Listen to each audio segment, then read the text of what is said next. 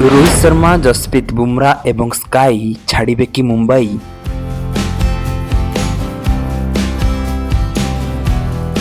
ଏମାନଙ୍କୁ ନେବା ପାଇଁ ଆରସିବି, ଡିସି ଏବଂ ଚେନ୍ନାଇ ଭିତରେ ଲଢ଼େଇ।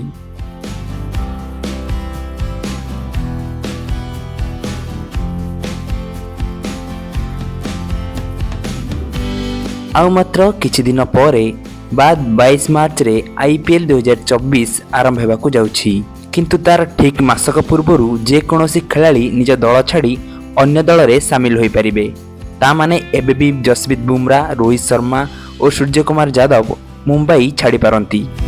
ହାର୍ଦ୍ଦିକ ପାଣ୍ଡ୍ୟାଙ୍କୁ ଅଧିନାୟକତ୍ୱ ମିଳିବା ପରେ ଏହି ତିନି ଖେଳାଳି ମୁମ୍ବାଇ ଇଣ୍ଡିଆନ୍ସ ଉପରେ ଖପ୍ପା ଅଛନ୍ତି। ତେବେ ଏପରି ପରିସ୍ଥିତିରେ ବାଙ୍ଗାଲୋର, ଦିଲ୍ଲୀ ଓ ଚେନ୍ନାଇ ଏହି ତିନି ଖେଳାଳିଙ୍କୁ ନିଜ ଟିମ୍ରେ ସାମିଲ କରିବା ପାଇଁ ଚେଷ୍ଟା କରିପାରନ୍ତି। କାରଣ ଏହି ତିନି ଦଳ ପାଖରେ ଏବେ ବି ଅଧିନାୟକଙ୍କ କମି ରହିଛି।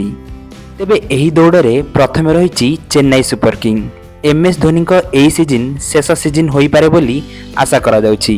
ତେଣୁ ମୁମ୍ବାଇର ଏହି ତିନି ଖେଳାଳିଙ୍କୁ ଚେନ୍ନାଇ ନିଜ ଦଳରେ ସାମିଲ କରି ଆଗାମୀ ସଂସ୍କରଣ ପାଇଁ ଜଣକୁ ଅଧିନାୟକ ପଦ ଦେଇପାରେ।